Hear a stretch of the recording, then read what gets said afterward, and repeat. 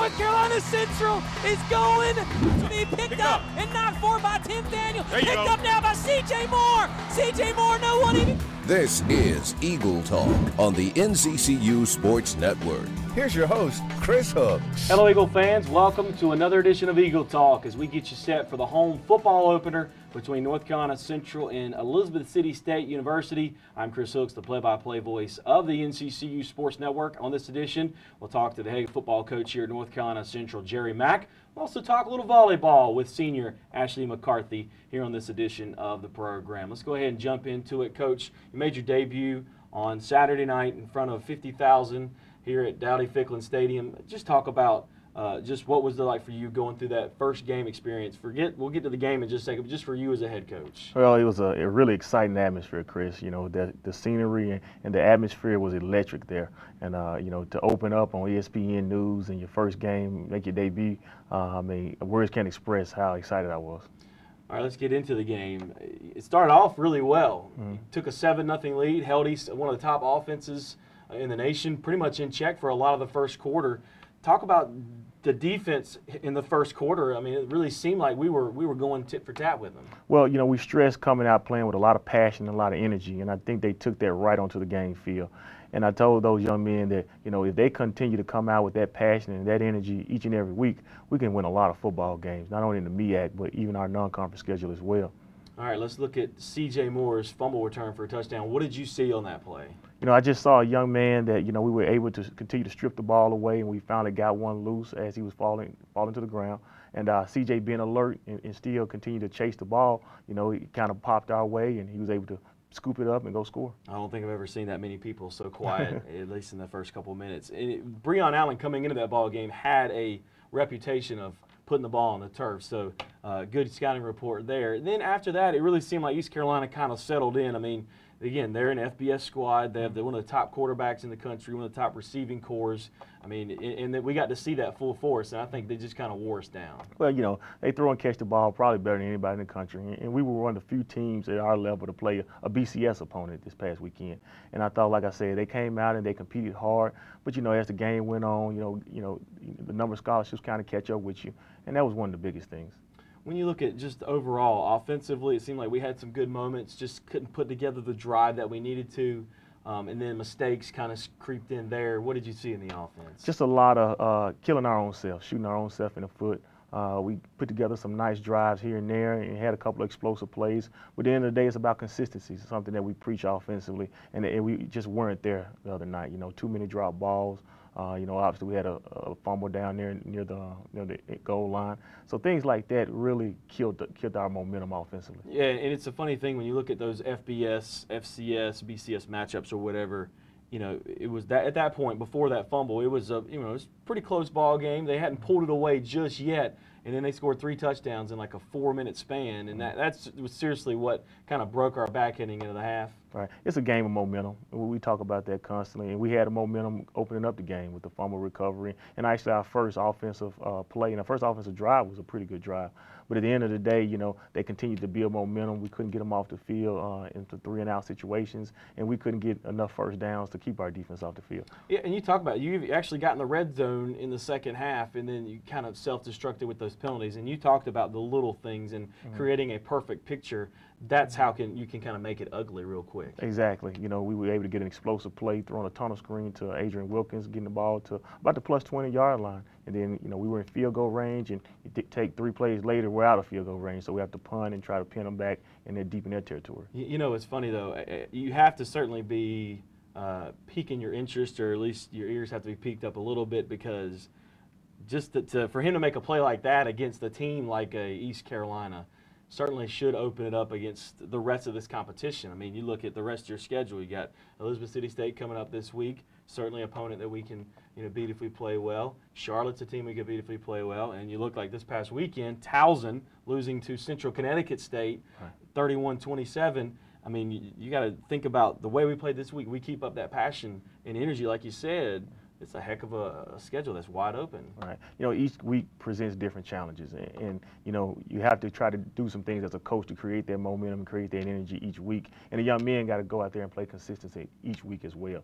So, like you said, you know, we do have some opponents that are all beatable the next 3 games, but we have to control what we can control. You know, we had too many penalties in that football game. We had a turnover. We have to try to, you know, not have a turnover going forward.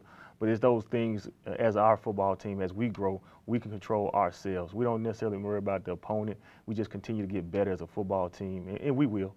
Defensively, what did you see that maybe you liked about the Eagle defense on Saturday night?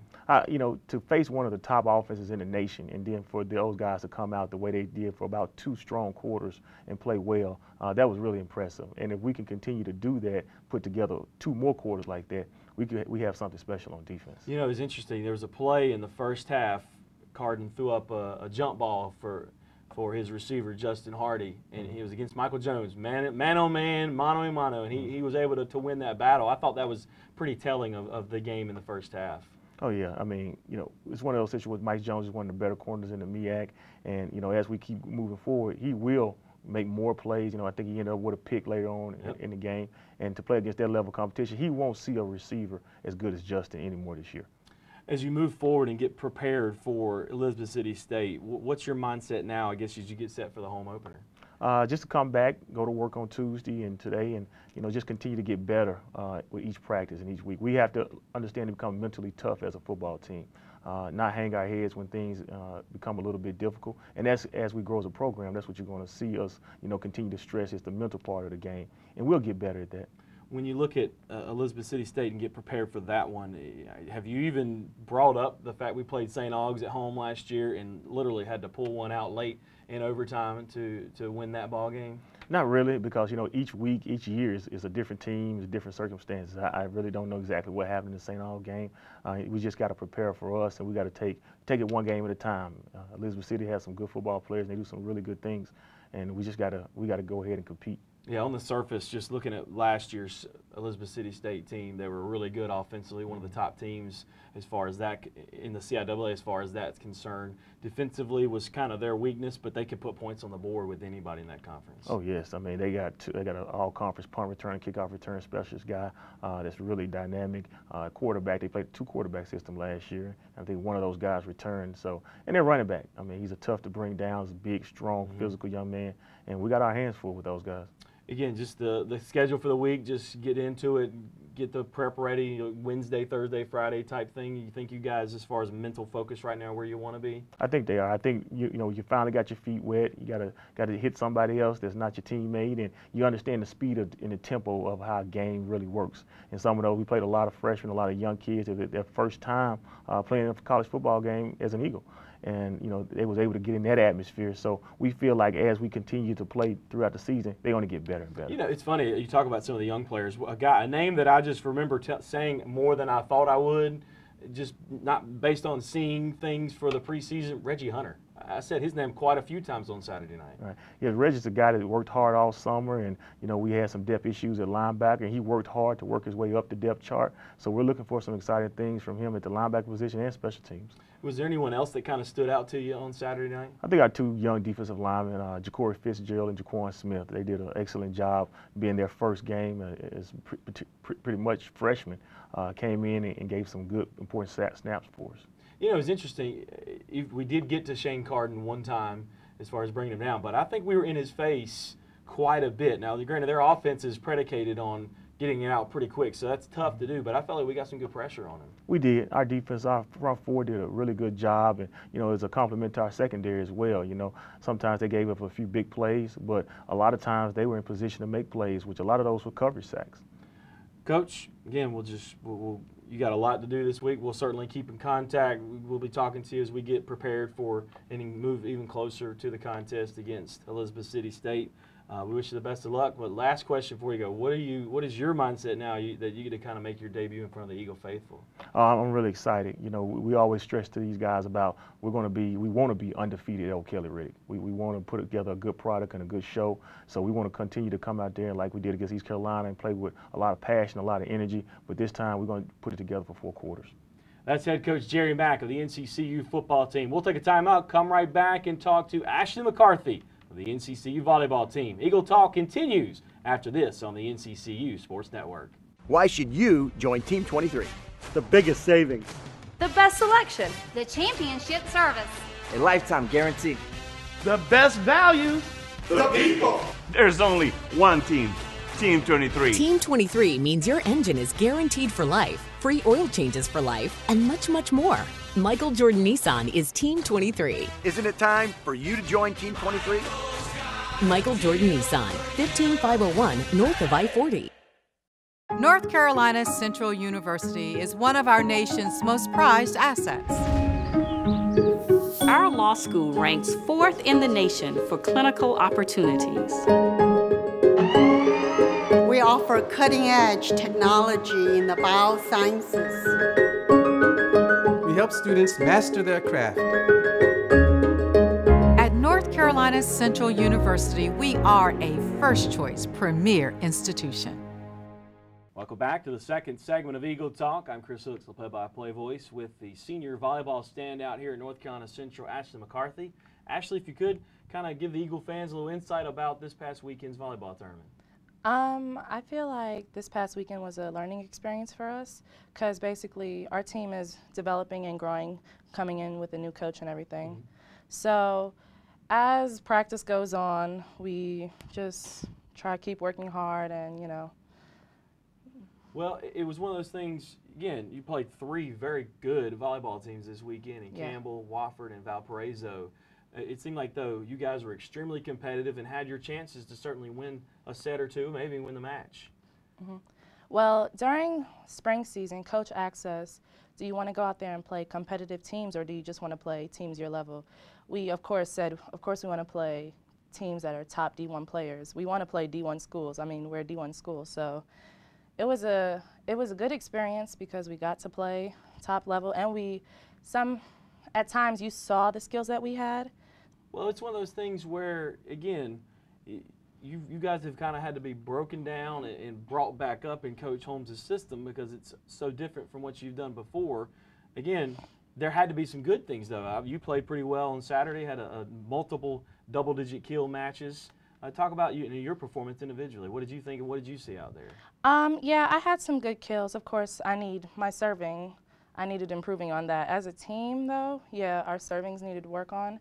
Because Coach Holmes has us working on, he doesn't mind like us serving out, but he wants us serving tough and like at a consistent speed. So that's something that we're all working on as a team. So we're trying to like aim for speeds that he wants. So, well, as you know, for you, your senior year to be broken down as far as having some things change, it really seems like that you're going to be put in a position to where you're going to be at your best here in your final season. Yeah, he's expecting a lot from me as offensive-wise and defense with the blocking, because with me I have a tendency to like my hands are outside of my body with the block. So we have a lot of things I need to work on, but it'll come along as the season goes on. You got to like that, though. You got to like that he's pushing you and challenging you a little bit. I mean, I do remember there was a practice a couple weeks ago where he said, if you do the little things, 3 more of this, 3 more of that, you could find yourself being in an all-MEAC conversation. Yeah, we just have to, it's all about the process, basically. So taking one little step at a time and basically knowing the basic fundamentals and the basic technique. So as you get set for this week's competition, you take on Radford on Tuesday, and then you move on throughout the rest. What's your mindset? What's this team's focus right now? Well, for tonight's game, our focus basically is to adjust to the new offense that he made us try yesterday. So basically we're just trying to use that and see how that goes, to see if we're actually going to use that in further conferences or games. Who else on the team did you feel like stood out? Looked like Kelsey Murphy had a pretty good weekend. Kelsey Murphy, yes. Talk about her. What does she bring to the table? Kelsey Murphy is like a bubbly person. Like, she's the one that brings like the excitement. She'll get you pumped right before a game. She'll mess up and she'll be like, yeah, okay, sorry, I got the next one. But Kelsey, especially from her last season, you can see a big improvement in her. And of course, she's young, so she's starting to develop and grow more. And I see her playing a major role in being the leader in future years. And it looks like your setter also has kind of settled in really nicely. Talk about her. Yes. Paige is a freshman, and she is a big impact to the team already. You can see she's a starting freshman. She gets on the court right away. She's easy to adjust, so if the coach says, hey, you need to do this, you need to keep your hands high, she does that. And her as my setter, I'm the one who sets with her. So basically, I'll be like, Paige, like, you need a faster tempo, or like, the ball's too high off. She'll be like, okay, no problem, I got you. Well, that's good. As you get set, again, it really seems like you guys have things going in the right path as far as the season's going. It's a matter of putting it in motion and continuing to work. Is that pretty much it? Yeah. Well, for you, let's go off the court real quick. What's your major, and what are you looking to do when you get done here? Because your time is dwindling here at NCCU, unfortunately. My major is athletic training, and I'm also taking some classes from exercise sports science. They don't have physical therapy here, so after I graduate with, hopefully, I'm going to take the BOC, and I'm going to hopefully become an athletic trainer after I pass it. And then I believe I'm going to take a year off and then apply to physical therapy school. I'm missing 2 classes, so hopefully I can take those classes within the year, and then 3 years nonstop physical therapy school. Ashley, thank you for your time. Thank you for overcoming your fear of this. We certainly appreciate you coming on and wish you the best of luck here in your senior season. Thank you. That is Ashley McCarthy, senior volleyball standout here at North Carolina Central. We'll take one more timeout, come right back, put the final wraps of this edition of Eagle Talk right here on the NCCU Sports Network.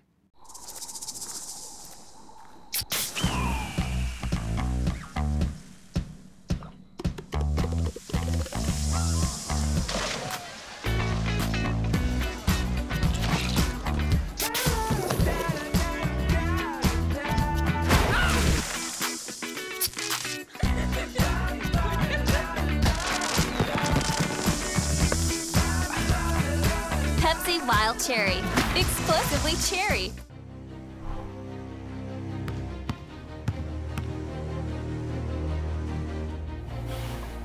Define the fabric of a team. It's not selfish. It's not boastful. It's about many, sewn together to reach one common goal. But in order to win, you must learn to work together. Thanks for watching another edition of Eagle Talk. Be sure to tune in on Saturday afternoon at 4:30 for the Denny's of Durham pregame show as we get you set for another meeting between North Carolina Central and Elizabeth City State. Special thanks to Felecia, Casey-Hicks, and all of her students who helped out with today's show. Wouldn't be possible without them. So long, everybody.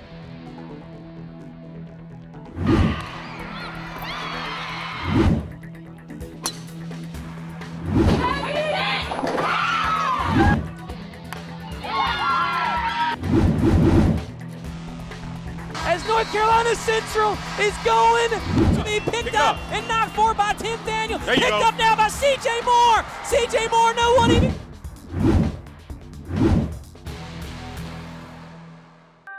This has been an exclusive presentation of the NCCU Sports Network.